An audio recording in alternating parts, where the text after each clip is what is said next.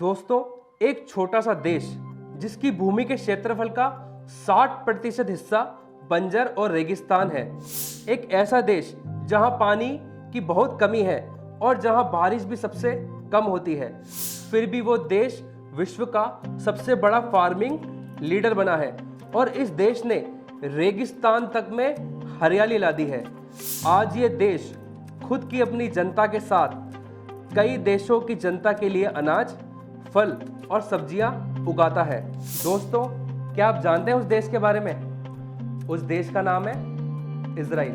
चारों तरफ से दुश्मन देशों से घिरे होने की वजह से इजराइल अपनी खाद्य सुरक्षा पर विशेष ध्यान देता है। जैसा कि मैंने आपसे पिछले वीडियो में वादा किया था कि इजराइल की एडवांस फार्मिंग के ऊपर वीडियो जरूर लेकर आऊंगा, तो फिर हाजिर हूं आपके सामने इजराइल के ऊपर वीडियो लेकर। तो आखिरी तक बने रहना इस वीडियो के अंदर, क्योंकि इस वीडियो के अंदर मैं आपको ऐसी ऐसी जानकारियां दूंगा जो आपको पहले कभी नहीं मिली होंगी।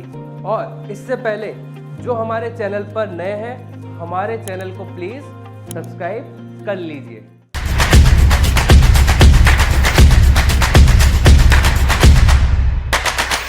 नमस्कार दोस्तों, स्वागत है आपका बलवान ज्ञान की फ्यूचर फार्मिंग सीरीज के 5th एपिसोड में।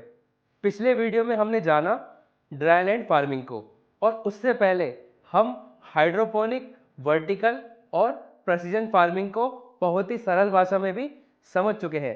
अगर आपने वो वीडियोस अभी तक नहीं देखे हैं तो सारे वीडियोस के लिंक आपको नीचे डिस्क्रिप्शन बॉक्स में मिल जाएंगे, आप वहां से देख सकते हैं, या फिर आप आई बटन पर क्लिक करके हमारे सारे पुराने वीडियोस को भी देख सकते हैं।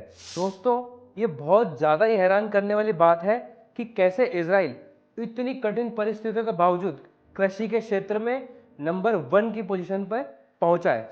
और सबसे ज़्यादा हैरान करने वाली बात तो यह है कि इजराइल खुद की खाद्य ज़रूरतों का 95% भाग स्वयं उत्पादित कर लेता है। लेकिन ये सब संभव कैसे हुआ, सब जानेंगे इस वीडियो में। लेकिन उससे पहले जल्दी से जान लेते हैं इजराइल का इतिहास। अगर किसी देश को युवा किसानों का देश कहा जाता है तो वह है इजराइल। कई पीढ़ियों की गुलामी और नरसंहार के बाद साल 1948 में एक इजराइल की स्थापना हुई, तो देश के प्रधानमंत्री ने कहा कि वह देश के प्रत्येक व्यक्ति को खाद्य सुरक्षा के साथ पानी की उपलब्धता देना भी उनकी खास प्राथमिकताओं में से एक है। उसके बाद शुरू हुआ इजराइल का खाद्य संघर्ष, क्योंकि भूमि उपजाऊ नहीं थी, पानी की भी कमी थी और बारिश भी बहुत कम पड़ती थी। इसके साथ संसाधनों का भी बहुत अभाव था।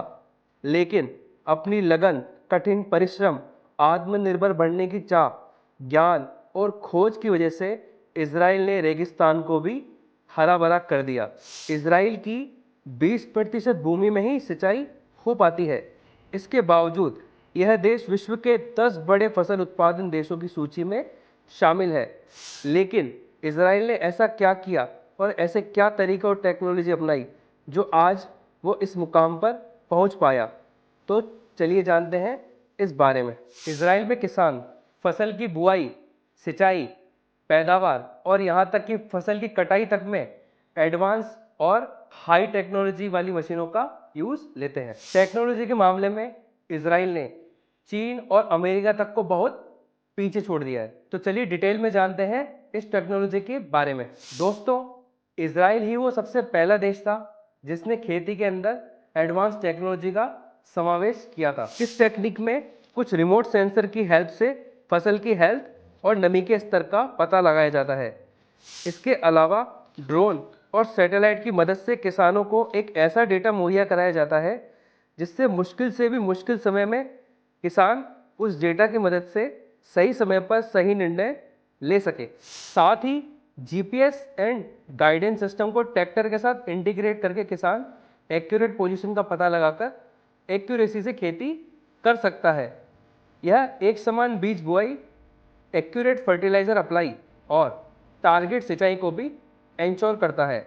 इसके अलावा डेटा एनालिटिक्स और डिसीजन सपोर्ट सिस्टम के द्वारा हर तरह की खेती में सहायक डाटा को कलेक्ट करना, जैसे मिट्टी के सैंपल्स, वेदर पैटर्न और फसल की ग्रोथ हिस्ट्री। इजराइल की कंपनी ने एक ऐसे सॉफ्टवेयर को विकसित किया है जो किसानों को फसल की बुआई, फसल कटाई और यहाँ तक कि फसल की बिक्री तक सारा ज्ञान देगा और इसके अलावा किसानों को आधुनिक ज्ञान भी देगा।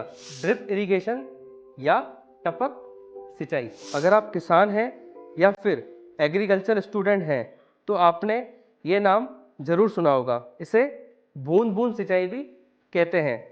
इसके अंदर एक ऐसी ट्यूब का निर्माण किया जाता है जिससे पानी कम मात्रा में गिरता है। ये विधि बहुत ही कारगर साबित हुई है, जो कि इजराइल की वाटर इंजीनियरिंग कंपनी सिमचा ब्लास्ट द्वारा विकसित की गई थी। इसके अंतर्गत इजराइल की बायोबी नामक कंपनी ने एक ऐसे कीटनाशक दवा का निर्माण किया है जो केवल शत्रु कीटों को ही समाप्त करता है और मित्र कीटों जैसे मधुमक्खी और भंवरों को कोई नुकसान नहीं पहुंचाता है, और साथ ही मिट्टी की उर्वरता भी बनी रहती है। और इस दवा का उपयोग कई सारे देश करते हैं और इजराइल इस दवा को बेचकर मोटा मुनाफा भी कमाता है। यानी अपनी फसल का नुकसान भी बचा लिया, मित्र कीटों को भी नुकसान नहीं पहुंचा और ये फर्टिलाइजर बेच के मोटा मुनाफा भी कमाया। इसे कहते हैं एक तीर से तीन निशाने। इसके अलावा इजराइल ने एक ऐसी तकनीक को विकसित किया है जिसमें इजराइल फल व सब्जी को 3 महीने तक ताज़ा रखकर यूरोप के अच्छे बाजारों में बेचकर मोटा मुनाफा कमाता है। इसके साथ ही इजराइल देश के 5 विश्वविद्यालयों में सिर्फ कृषि पर ही शोध किया जाता है। विदेशों से भारी संख्या में छात्र इजराइल के इन विश्वविद्यालयों में प्रशिक्षण लेने के लिए आते हैं। और हाँ, इजराइल एकमात्र देश है जो पूरे विश्व को ताज़े फल और सब्जियां देता है। दोस्तों, उम्मीद करता हूँ आपको आज का ये एपिसोड ज़रूर पसंद आया होगा। अगर आपको ये वीडियो अच्छा लगा तो वीडियो को लाइक कीजिए, शेयर कीजिए और इस चैनल को सब्सक्राइब जरूर कीजिए। फिर मिलूँगा नए फैक्ट्स के साथ, नई जानकारी के साथ। तब तक के लिए जय जवान, जय किसान।